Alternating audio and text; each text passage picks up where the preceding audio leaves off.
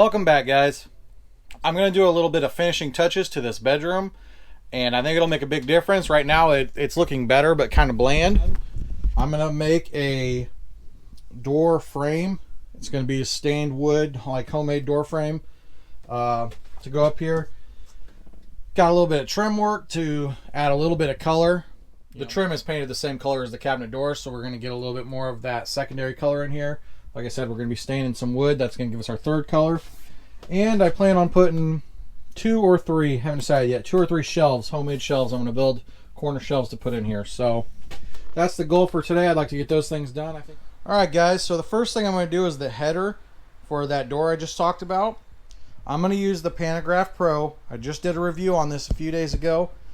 And, you know, I'm not perfect at it. I haven't practiced anymore from what you guys saw, to be honest with you. But I'm going to do my best. I was trying to figure out what to do, what design, or what should it say. I wanted to, you know, have something in there. And I actually ended up deciding to ask a friend of mine who is an artist if he could basically make my own clip art. So this is a custom clip art that a friend made. His name is Mike. His Instagram link will be in the description of the video, so you can check that out. And yeah, so he made me this in one afternoon. Obviously that is my camper, so to speak. And so I thought that was pretty cool. Just a little simple clip art. I asked him to keep it simple. He's really a talented artist, so this was kept simple so I could hopefully recreate it with my Pantograph Pro. So, you know, nothing like diving right in the deep end of the pool, right? Like, not really great at this yet. This tool is something new to me. I need to practice, so let's just, you know, recreate something an artist sketched up for me. If you guys haven't seen my video about my honest review and first impressions of the Pantograph Pro by Miles Craft, I highly recommend you check that one out. You know, from a complete amateur, it really shows what my first thoughts were of it and how it worked out for me, who is not necessarily an artistic or steady-handed person. The big hang-up I had with it originally was just the way I had it set up. You know, they recommend you getting a piece of plywood and using it specifically for this and framing or whatever you want to call it. And I didn't exactly use the right stuff. So as you see here, I did go ahead and get some new sheet of plywood. And I think that that's going to be a good investment for sure. It made things a lot easier. So this is something I'm noticing today, and I don't know if it was the case the other day, and I'm just learning. The proportions, the movements are not proportionate. So that camper is a lot smaller than my drawing. And I would guess that has to do with like the movements of the whole machine and the weight of the router and all that are more subtle. It's looking pretty decent as far as following along, but it is not proportionate.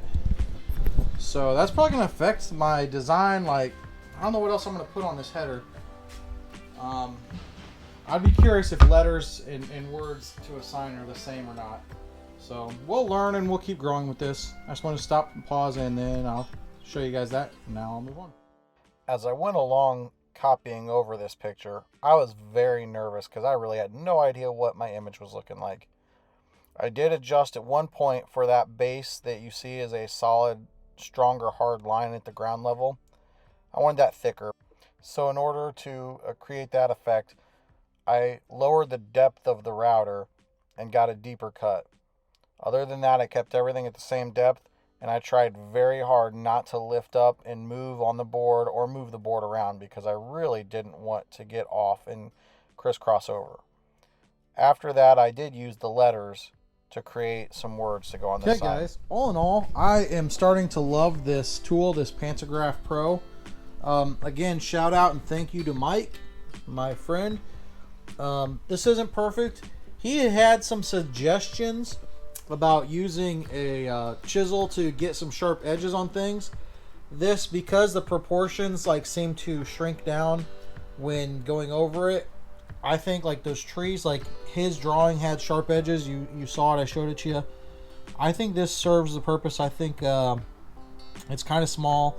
It's amateur for sure, but I think it's got a little bit of charm to it. And I mean, I couldn't have free-handed that. There's no way on earth. So I'm very pleased. If anything, actually, I had more troubles with letters. I got a little better with spacing, although I still have not figured out the formula for that. And when they tell you to set up this board, one thing now was I had put my wedges on the top, and I think you do need them on the bottom, because for whatever reason down here when I'm copying things, I kept coming up. I went above there. This T would have been the same as the first one, but I actually knew to watch out for it. I just stopped, and then just going across, I just freehanded that with the so the first T I did, it actually had put the cross on it up above. I stuck a little wood filler in there. I'm gonna let that dry up, and I think we'll be fine. So I'm trying to leave that alone for a few minutes. Then I'm gonna stain this. I'm hoping that, because this is kind of faint, I'm really hoping that pops a little bit more when we stain it. We'll see what happens. I've got some more wood to cut, get to some staining, so we'll be right back. Another part of this project I'm doing is putting in 2 or 3 corner shelves. Now, I'm making these shelves myself. I didn't find any really good looking or attractive brackets or anything that kind of is hidden or simple. So I decided I'm going to build a couple braces myself to go underneath, and then just the piece of wood will sit on top. And I bought these furring strips, these thicker 1x1s, and even when I did, honestly, my wife was kind of challenging me on it, and she's like, is that gonna be too thick? Give you a little perception here. And I was kind of like, I don't know, like I was thinking about it, I was trying to visualize, I wanted to make sure it had some durability, something to screw into. And the more I think of it, it's just gonna be too thick, and it's gonna be really noticeable. And I mean, I'm at 45 the cuts for the length, so that it joins and makes a 90, so that it sits in there. But I just feel like these were going to be too big anyways, and be noticeable on the edge. So we're going to rip them down real quick.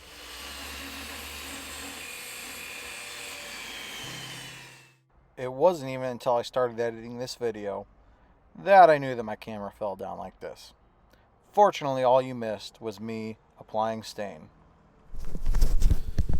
Okay guys, so we're going to let this sit. We're going to let this stain dry. This is called bark.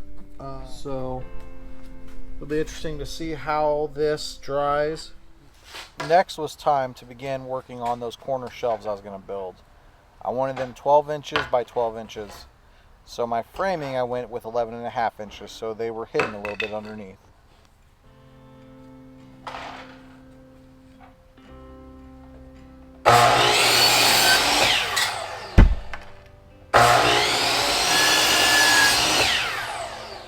So I'm realizing if I don't have to keep changing the angle of my miter saw, but 2, if both ends of these are cut at a 45, I just have to think through it. So this one I want that, yeah. I'll show you guys in one moment.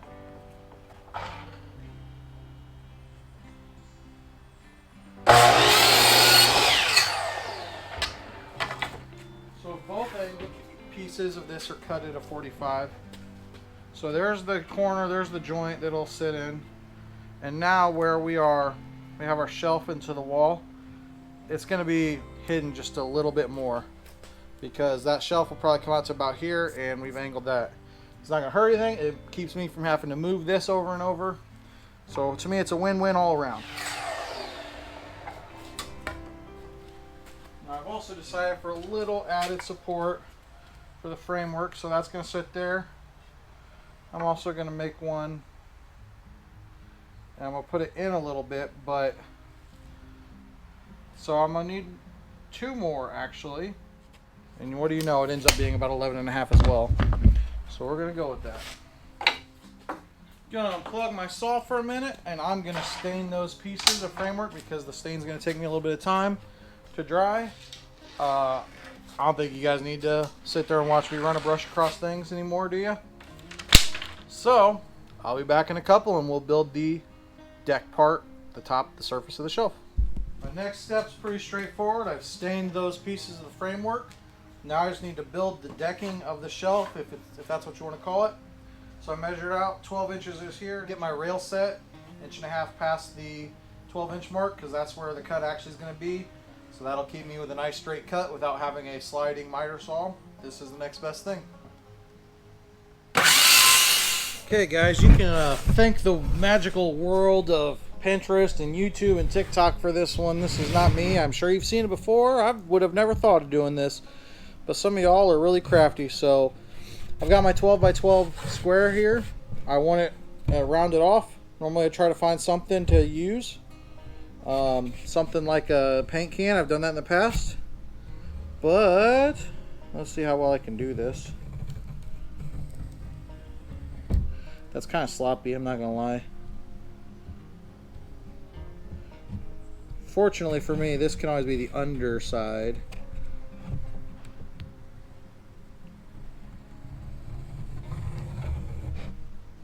Maybe it's supposed to be wider. Like, I thought I had a 12-inch piece here. Let's do this. Let's pull it down there.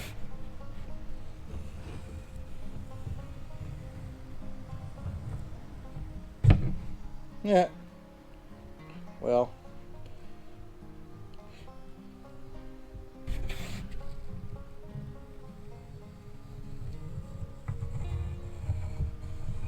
Hey, you know what? We got a pretty good edge.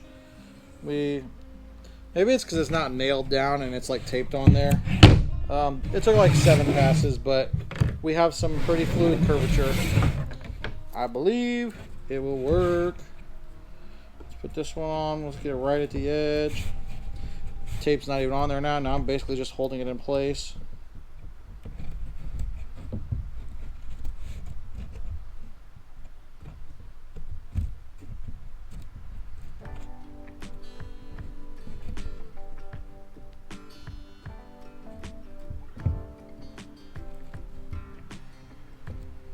Okay, maybe if I start from this end like I did before.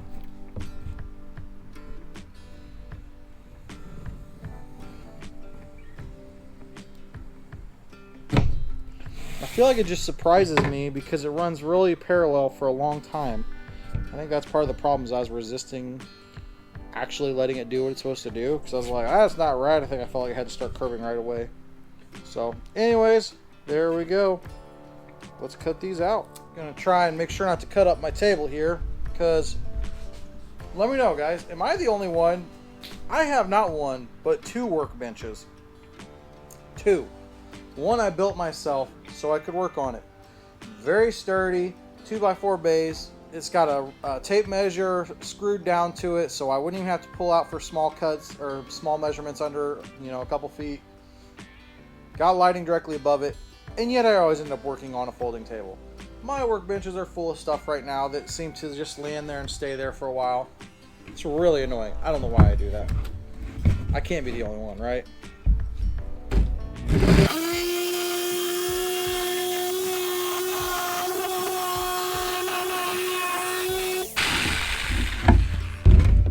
Feel pretty good about that edge. I'll feel better for it about it in a minute. I'll explain why.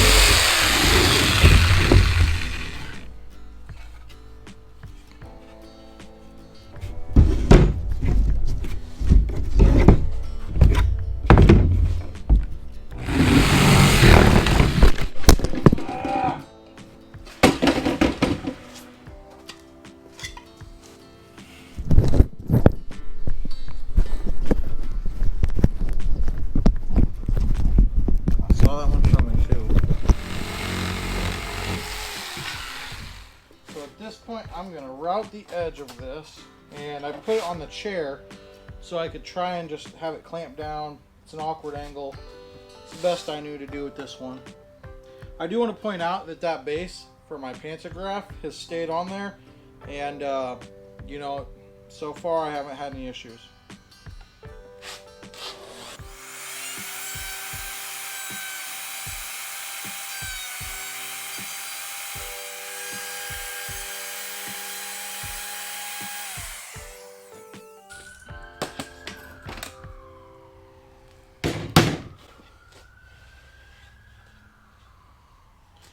We've now created a lip, an edge, which my cut wasn't perfect. It's not perfect, but it gives it a lot better finish, I believe. Makes this look more like true furniture, like a true shelf, etc., rather than just a piece of plywood that was stuck somewhere. bit I'm using again is my most decorative bit that I have. It's the Roman Ogi, I believe is how it's pronounced. I may be mispronouncing that. That gives you a very close-up idea of the cut, what it looks like. Okay guys, so I've got my shelves. The stain is drying, they're cut, they're ready to go. They'll go up here. Like I said, there'll be 2 of them. The door frame, you know, it's not doing anything other than aesthetics. It's built, it's cut to size, it's drying. The header is taller than this. I'm gonna wait till I get it out here. I'm gonna have to cut that. I got a Dremel tool here. So those things are ready to go. So now I'm just going to do, I'm gonna do a little bit of trim work. That corner I'm a little concerned with because there's a pretty big gap. So I hope that it hides that corner fairly well. I think maybe on the roof I'll turn it sideways. I went with these because I was like, well, they're more flexible. I'll be able to work these curves more. And really everything's a straight line. It's just got corners and edges. So I don't know if this was the right choice or not, but whatever, I'm gonna go with it. I've got construction adhesive here ready to go. I'm gonna try to use that. I do have my staple gun, my smaller staple gun. So maybe I'll use the construction adhesive and, you know, maybe pop like 1 staple in here or there just to keep it in.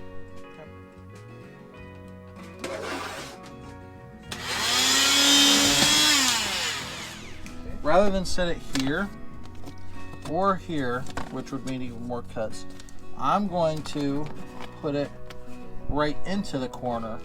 And what am I using here? Just some Loctite construction adhesive, PL 375. I think I just grabbed this at Menards, I don't know. My plan for the door frame is to use some adhesive, but to probably put a couple screws in it or nails possibly. My nail gun, I do not have a battery powered nail gun, else I would almost certainly use that. I don't love the staples in it.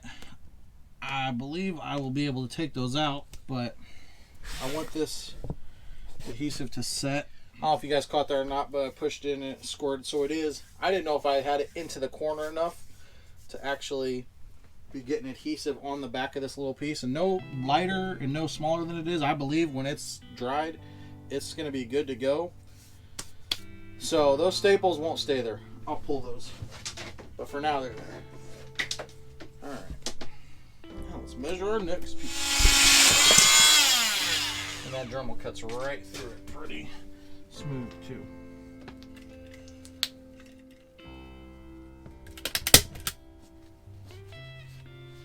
For this and where the header is going to be, debating what my best route is, I cut my header 32 inches, and that was 3 on each side was extra, which was 30. So this is a 24-inch wide doorway. Let me double check. Correct, that's 24-inch wide doorway. 3 more on each side was for the side pieces going up and down, so it was at 30. So I gave an inch extra, kind of on purpose, to go past that. I wanted it to go past it. So there's 3 foot, 16 center right here. Actually, yep, I'm gonna take that off. I was debating whether or not to just edge it out or take it off. I'm gonna get rid of that piece right there. So that's what we're gonna do now. I'm really definitely trying to use as few staples as possible. So the construction adhesive is primarily what's putting this up.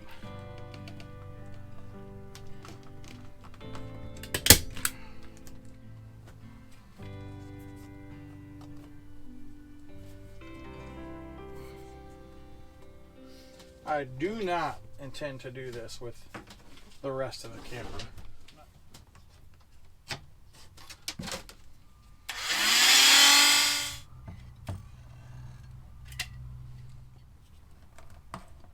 I would say as I'm going along here, I am getting a little bit better with using this adhesive and not getting it everywhere. Of course, I do have straight pieces now. That's one part that's helpful. I'm not having to work in those corners as much. But I have a mess that's behind me there, you know, where we started, but I think we'll be able to clean it up. It's definitely hard to work with these long pieces in this tight, confined area.